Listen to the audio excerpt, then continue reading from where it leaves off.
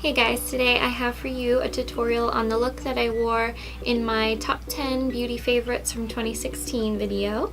This was requested, so I'm here recreating it for you today. If you like this look, then please keep watching and I'll see you next time. Bye!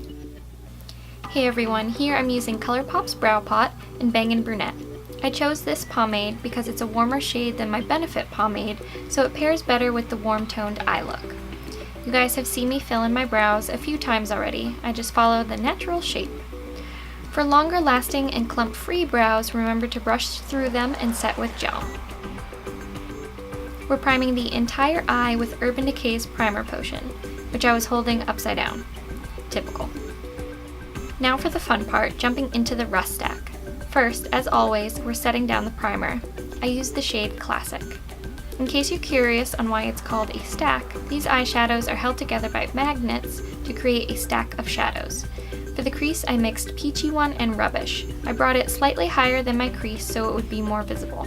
Now for my favorite shade, Rust. We're taking a medium shadow brush and patting it all over the lid and bringing some of it into the crease to make the transition between the shades not as sharp.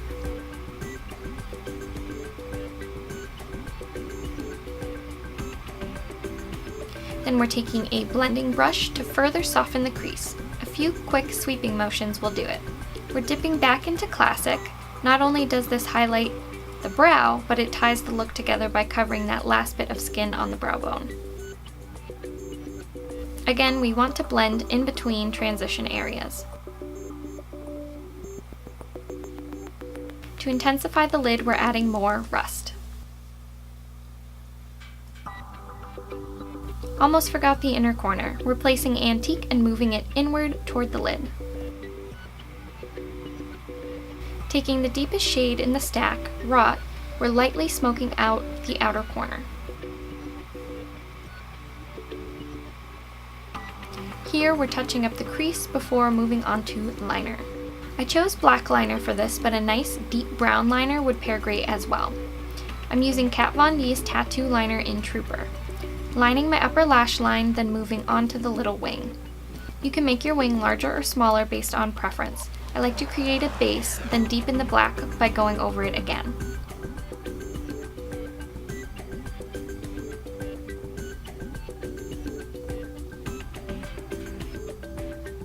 So that the tiny bit of shine from the liner doesn't stand out too much, I like to top it with a black shadow. This is also going to extend the wear time of the wing. I grabbed a trio that I'd gotten from Ipsy, but any black shadow will do. My skin has been feeling more dry lately, so I primed my face with Too Faced HangoverRx primer. It has coconut water in it, so it smells amazing.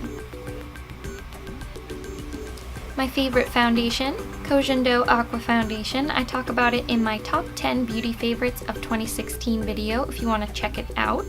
To provide more of a medium coverage, I'm buffing it in with a brush, then blending out the edges and any areas with streaking with a beauty blender. To brighten my tired eyes, we're using Bare Minerals Stroke of Light Eye Brightener. I'm using the applicator it comes with, then using that same beauty blender to blend it out.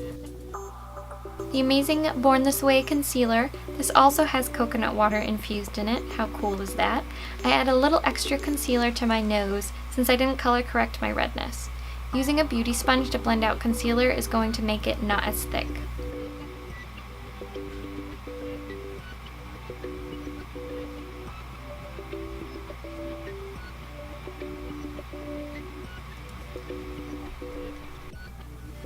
Hourglass ambient lighting powders are bomb. They are meant to soften the look of skin and mimic flattering light. This powder makes my skin look so pretty. Here I'm using Dim Light. Technically it's a finishing powder, which is typically used after setting powder, but I found it to work well for me in this application. To line my waterline, I'm using Ardency In's Modster eyeliner in black. I found that this one has long wear time and I love how dark it is.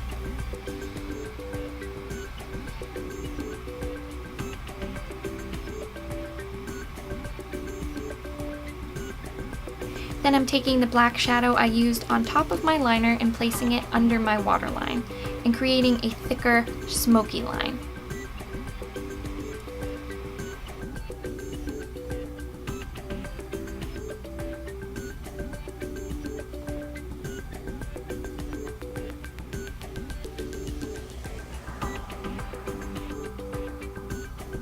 further tie things together, I'm taking a flat-edged brush and placing Rust underneath. Pressing the shadow down, then wiggling the brush makes it much easier to apply.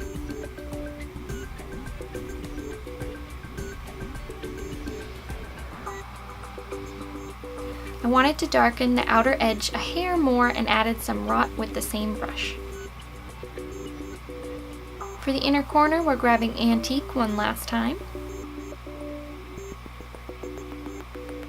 Before using my Too Faced Chocolate Soleil matte bronzer, I have to smell it because it's got cocoa powder in it. I have a habit of smelling products. Does anyone else do that? I'm taking the bronzer along the outer edges of my face, bronzing my cheeks, and putting some on my nose.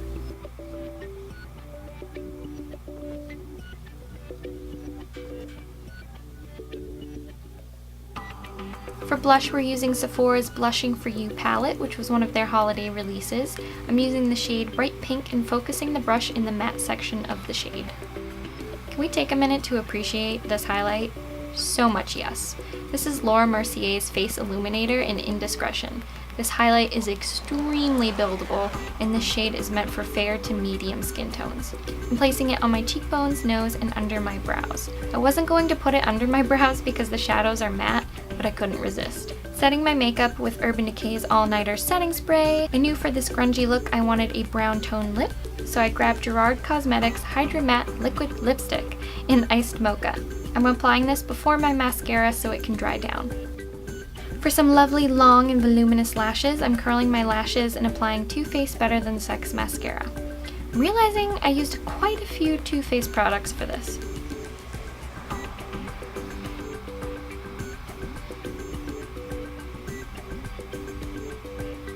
Now if you prefer a matte lip, you can leave it here, but I wanted to apply a gloss, so I grabbed Colourpop's Ultra Glossy Lip in Flatline. This was also part of their holiday releases, and I got it for Christmas. It's a super pretty gold.